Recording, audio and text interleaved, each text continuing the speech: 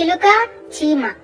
అనగనగా ఒక అడవిలో ఒక చెట్టు పైన చిలుక నివసిస్తూ ఉంటుంది.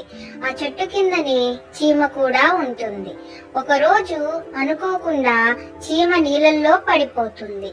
అది చూసిన చిలుక వెంటనే ఒక ఆకు తుంచి ఆ చీమ సమీపంలో వేసి ఆ చెట్టుపై నుండి ఆ చీమని ఆకు మీదకి ఎక్కమని చెప్తూ ఉంటుంది.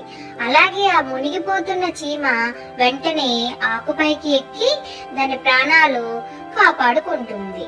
ఒకరోజు పెద్ద వేటగాడు అడవికి వేటకి వస్తాడు. అతను చెట్టు పైన కూర్చున్న చిలుకని చూస్తూ దాన్ని చంపాలని అతడి తుపాకీతో గురిపెడుతూ ఉంటాడు.